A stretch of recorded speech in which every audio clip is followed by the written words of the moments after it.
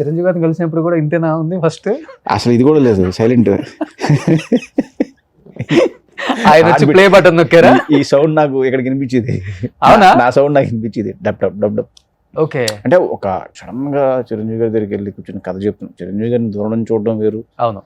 లేకపోతే చిరంజీవి గారి సినిమాలో చిరంజీవి గారిని చూడడం వేరు, ఫంక్షన్లో ఎక్కడ ఆయన దూరం నుంచి చూడడం ఇవన్నీ వేరు, కలవడం ఇవన్నీ.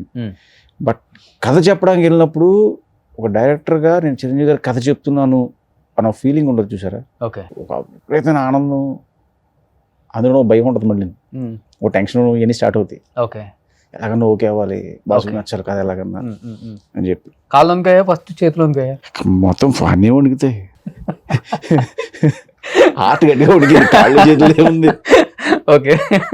హార్ట్ సౌండ్ ఇక్కడికి వచ్చింది, చేతులు కాళ్ళు వణకటం పెద్ద లెక్క. అదే అడిగా, ఏంటమ్మా చెప్పమ్మా అన్న తర్వాత, సార్ ఒక 5 నిమిషాలు సార్ మీరు అలా కూర్చుంటే నేను ఫస్ట్ రిలాక్స్ అవుతాను, నా హార్ట్ బీట్ నాది కంట్రోల్లోకి వస్తుంది. ఫస్ట్ ముందు నేను నమ్మాలి, నేను చిరంజీవి గారి ముందుకు వచ్చిన కథ చెప్తున్నాను అనే విషయం నేను నమ్మాలి సార్. ఓకే. అంటే ఒక ట్రాన్స్లో ఉన్నాను, నేనున్నాను. ఓకే, అప్పుడు స్టార్ట్ చేశాను.